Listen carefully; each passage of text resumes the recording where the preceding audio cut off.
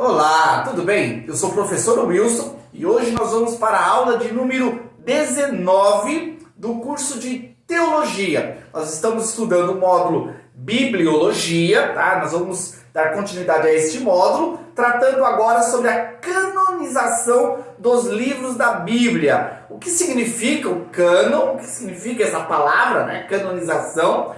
E também vamos tratar como os livros da Bíblia foram canonizados. Então tem bastante conhecimento aí para ser compartilhado. Vamos juntos?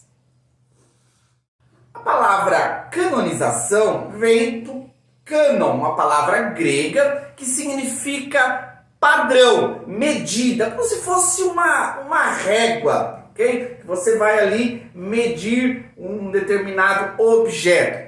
No caso, cânon, quando se fala o cânon da Bíblia, nós estamos falando sobre um padrão que vai estabelecer quais livros são sagrados, quais livros podem ser considerados livros inspirados por Deus, livros que podem ser caracterizados como sendo a palavra de Deus, e os livros que não são inspirados por Deus, que não é a palavra de Deus. Pode até tratar sobre Deus, ter coisas importantes, coisas que nós devemos relevar, coisas importantes, porém, não devemos caracterizar como livro sagrado, tá bom? Então nós vamos entender um pouco mais aí sobre como foi esse processo para canonizar os livros da Bíblia.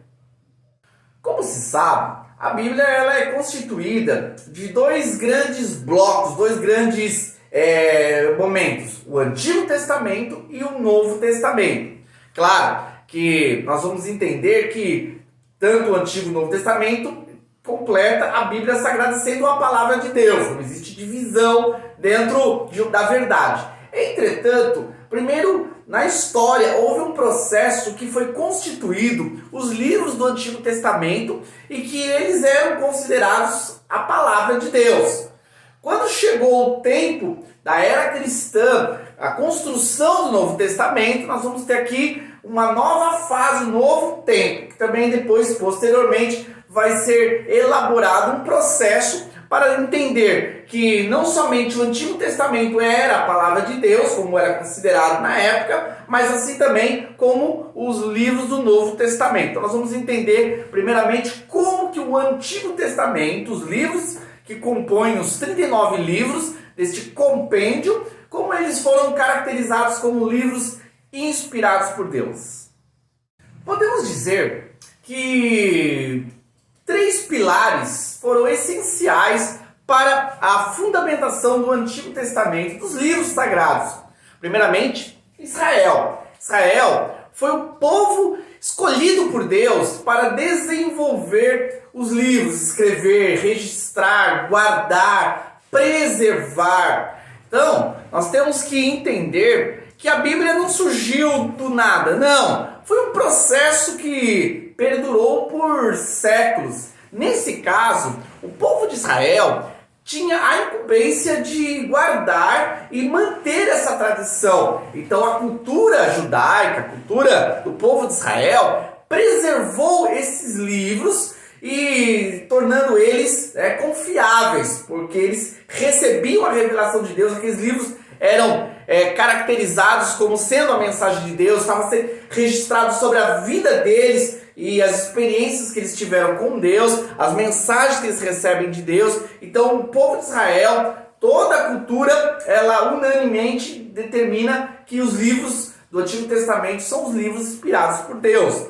Nós vamos ter também na história de Israel um momento importante, quando o povo retorna ali do cativeiro da Babilônia, período esse que eles ficaram por 70 anos, e nessa retomada existe uma reconstrução da fé judaica, da esperança dos profetas, do retorno à lei de Deus, um reavivamento. Nesse tempo, Esdras foi muito importante, porque ele trabalhou na elaboração, na preservação, na separação dos livros sagrados, aquilo que realmente era a palavra de Deus, aquilo que realmente tinha coerência com a vontade de Deus, que eles entendiam como sendo a palavra de Deus, e aquilo que realmente não era a palavra de Deus. E o elemento máximo, o ponto que tira qualquer dúvida sobre a veracidade dos textos do Antigo Testamento é o próprio Cristo. Jesus, quando esteve aqui na Terra, ele confirmou a palavra, ele confirmou a tradição judaica que defendia a lei, os salmos e os profetas, que nesse caso são os 3 blocos que formam os 39 livros do Antigo Testamento. Jesus não colocou em dúvida Jesus não questionou a veracidade, pelo contrário, ele confirmava que esses textos, os 39 livros, era a palavra de Deus, porque todo o seu ensino estava pautada nessas verdades registradas, tanto na lei, nos salmos, como nos profetas, que na realidade completa o compêndio de 39 livros do Antigo Testamento. Já na era cristã, não havia dúvida acerca da veracidade dos livros sagrados, os livros do Antigo Testamento. Entretanto, já se circulava o conteúdo do Novo Testamento, os livros, os evangelhos, as cartas, esses materiais que faziam parte do Novo Testamento já estavam em circulação e fazia parte da vida diária da igreja, das comunidades cristãs. Entretanto, foi necessário também elaborar um cânon para definir os livros do Antigo Testamento, do Novo Testamento, em coerência com os livros do Antigo Testamento, formando uma só verdade, sendo ela a palavra de Deus. E alguns elementos foram essenciais para essa empreitada tão importante de canonizar os livros do Antigo Testamento. São eles: Marcião, no ano 140 depois de Cristo, um herege que se infiltrou na comunidade cristã dizia que somente 10 cartas do apóstolo Paulo e o Evangelho de Lucas poderiam ser considerados como livros inspirados.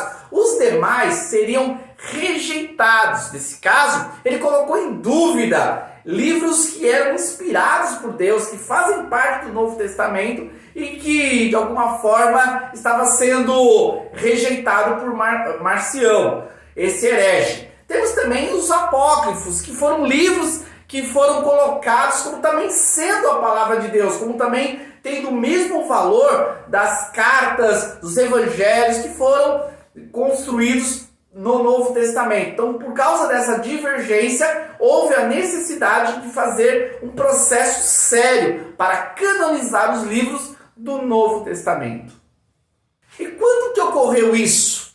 Como foi esse processo? Nós vamos ter aqui 3 períodos históricos que contribuíram com a concretização do cânon do Novo Testamento.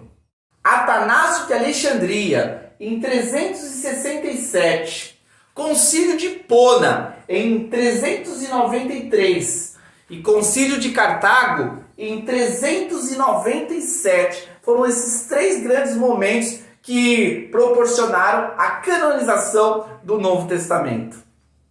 A canonização do Novo Testamento não foi um processo simples, não, foi um processo complexo, do qual se fundamentou alguns princípios. Na verdade, 3 princípios foram estabelecidos para a aprovação dos livros do Novo Testamento.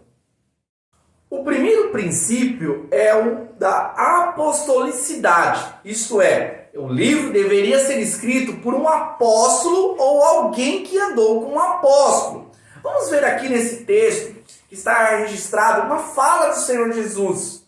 Tenho-vos dito isto, estando convosco, mas aquele Consolador, o Espírito Santo, que o Pai enviará em meu nome, vos ensinará todas as coisas e vos fará lembrar de tudo quanto vos tenho dito.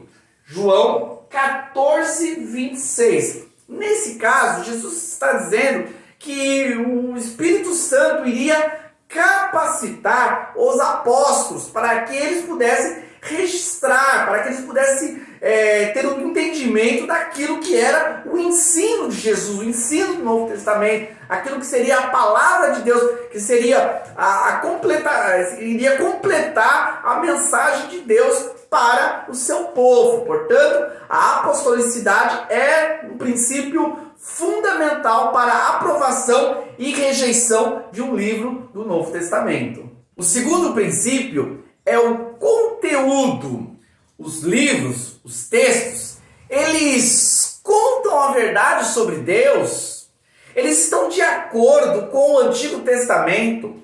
Se houver alguma contradição com o Antigo Testamento, o livro automaticamente seria descartado, não poderia ser considerado um livro inspirado por Deus. Nesse caso, então, nós vamos ter aqui o Antigo Testamento como sendo a base para a aprovação do Novo Testamento. O Novo Testamento deveria dialogar com o Antigo Testamento, explicar o Antigo Testamento, assim como o Antigo Testamento explicaria o Novo Testamento. E essa unidade que existe entre o Antigo e os livros do Novo Testamento são um princípio fundamental, essencial para a nossa credibilidade, para nós termos credibilidade em relação aos textos que foram aprovados no cânon do Novo Testamento. E o terceiro princípio era a questão da universalidade. Essas cartas, esses livros, eles tinham que ter uma aceitação nas comunidades cristãs. Vale lembrar que no primeiro século, as comunidades eram comunidades que preservavam a fé cristã. Os ensinos de Jesus estavam fundamentados na doutrina dos apóstolos. Tudo aquilo que era doutrina contrária era rejeitado por essas comunidades. Portanto, a pureza dessas comunidades faziam com que os livros do Novo Testamento pudessem circular, de forma livre nessas comunidades, como forma de edificação, como sendo a palavra de Deus. Então, nesse caso, essa universalidade também era um ponto importante para a aceitação de um livro considerado do Novo Testamento. É isso aí, terminamos a nossa aula de canonização. E na próxima aula nós vamos estar aí estudando sobre as traduções e as versões da Bíblia. Qual Bíblia nós podemos confiar? Qual tradução, qual versão é a mais adequada, que está mais próximo dos originais? Então na próxima aula nós vamos tratar sobre o assunto. Não percam!